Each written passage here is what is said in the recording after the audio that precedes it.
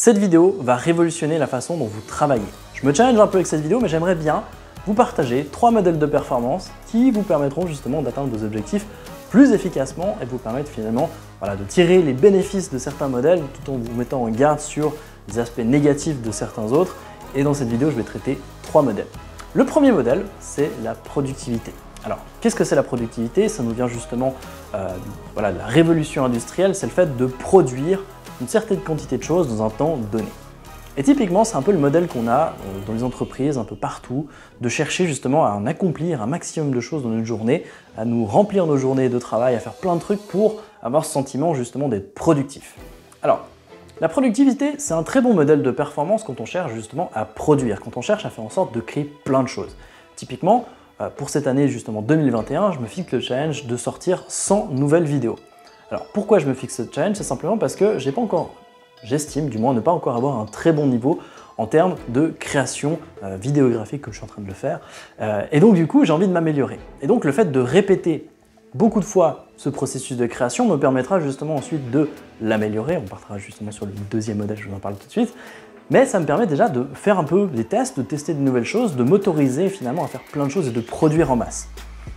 Et en fait, c'est là l'intérêt, c'est que quand vous cherchez à être productif, vous cherchez justement à produire une quantité astronomique de choses dans un temps donné. Mais ça ne veut pas dire que ce travail va forcément être d'une très grande qualité ou du moins va vous permettre de facilement atteindre un objectif. C'est généralement, l'objectif en tant que tel, c'est de produire. Alors, si dans votre quotidien, par exemple, vous aimeriez gagner plus d'argent avec votre entreprise, le fait de faire plus de choses dans votre entreprise ne va pas forcément être synonyme justement de plus de gains. Et c'est là où justement vient le deuxième modèle. C'est l'efficacité.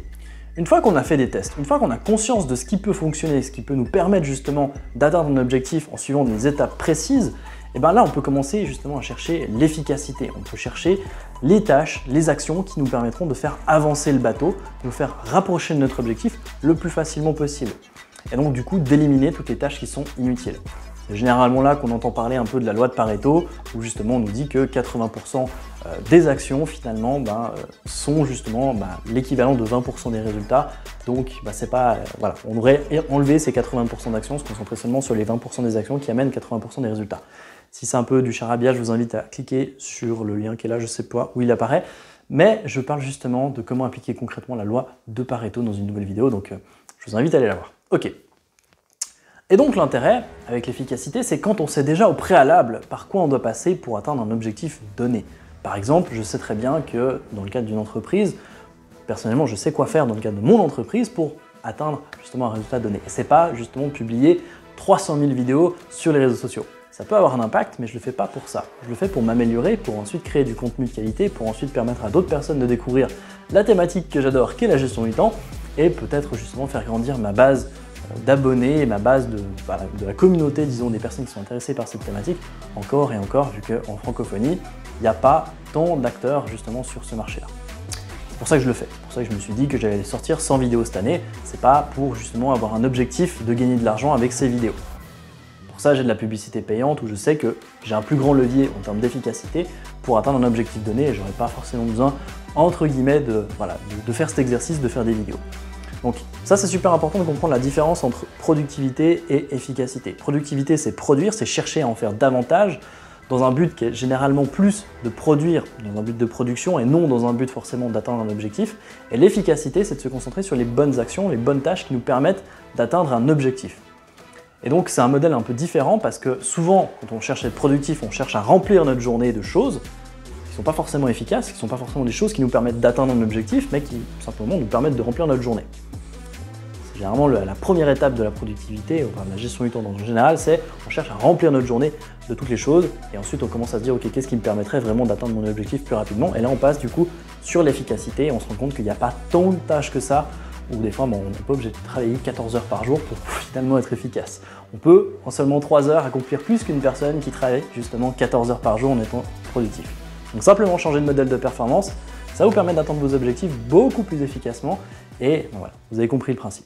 Et il y a le troisième modèle justement de performance qui s'appelle l'efficience. Alors l'efficience, c'est un petit peu, je dirais, une multiplication des trois, c'est-à-dire qu'on cherche à faire le plus efficace en le moins de temps possible, ou du moins avec le moins d'énergie, avec le moins d'input possible. C'est vraiment le truc de dire genre ok, si je dois faire une vidéo pour atteindre mon objectif, quel type de vidéo ça doit être? Et je me concentre juste sur celle-ci.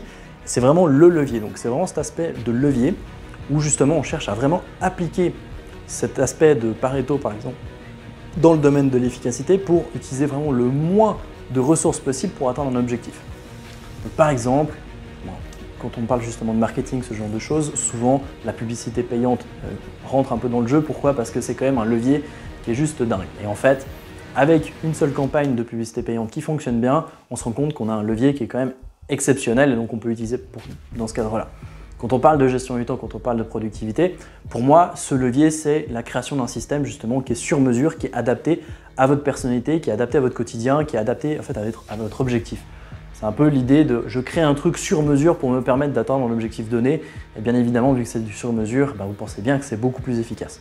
Donc là, c'est justement cette idée d'efficience. C'est qu'on va utiliser vraiment tous les aspects les plus optimisés possibles pour atteindre un objectif donné.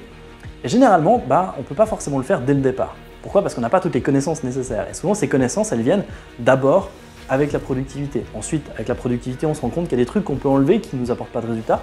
Donc on sélectionne vraiment ces aspects d'efficacité et ensuite on se dit, ok, comment est-ce que je peux automatiser, comment je peux mettre en place des leviers qui me permettront d'utiliser ces aspects d'efficacité dans le cadre de l'efficience. Et donc on peut se retrouver avec des choses où, voilà, la semaine de 4 heures de Tim Ferriss, où il se rend compte que le gars il est capable de bosser seulement 4 heures dans sa semaine, tout en ayant des résultats juste dingues. Mais comment il y arrive? Il y arrive parce que justement, il a d'abord fait de la productivité, il a conscience de tous les trucs qu'il a pu tester, les compétences qu'il a pu développer. Ensuite, il s'est rendu compte que justement, avec l'efficacité, il pouvait enlever certaines tâches qui n'étaient pas forcément les bonnes pour atteindre son objectif. Et ensuite, il a pu trouver un moyen justement d'automatiser, de systématiser justement certaines de ces tâches pour lui permettre d'avoir un plus grand levier sur celle-ci. Donc voilà du coup les 3 modèles de performance que j'avais envie de vous partager aujourd'hui. Je vous invite, si vous voulez avoir davantage d'informations sur la gestion du temps, sur la productivité, à suivre la formation offerte qui se retrouve justement dans la description. Et voilà, tout simplement, de faire ce petit travail-là, ça peut valoir la peine. Je vous partage différents aspects, notamment je parle de procrastination, je parle de perfectionniste, etc., etc. Donc plein de thématiques qui peuvent être des petits blocages quand on cherche à être productif, efficace ou efficient. Donc voilà, c'est avec plaisir que j'ai tourné cette vidéo. On se retrouve du coup dans une prochaine vidéo.